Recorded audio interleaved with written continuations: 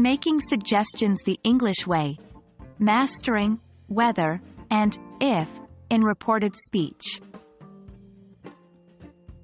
Hello, English learners. We are going to dive deep into an exciting and essential aspect of English grammar today: reporting suggestions. More specifically, we're focusing on how to report suggestions using whether or if. It may sound a bit complicated right now, but by the end of this video, you'll be a pro. So let's jump right in. Before we start with the advanced stuff, let's quickly recap reported speech. Reported speech is when we tell someone else what a third person said. For example, John said, "I am happy," could be reported as, John said that he was happy. Reporting suggestions in English can be a bit tricky. When we use reported speech to convey suggestions, we often use structures like should, could, or might. For instance, if Maria suggests, "Let's go to the park," we can report this as, Maria suggested that we should go to the park. But what if the suggestion isn't so direct? Here's where whether and if come into play.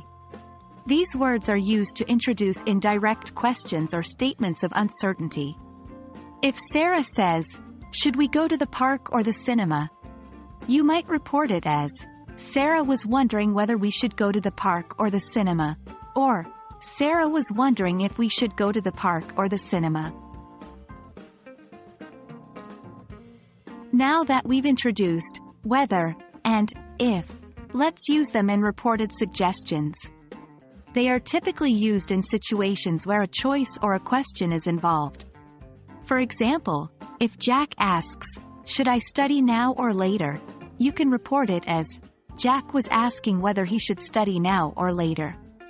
Similarly, if Jill says, "Shall we meet at 10 a.m. or 2 p.m.?"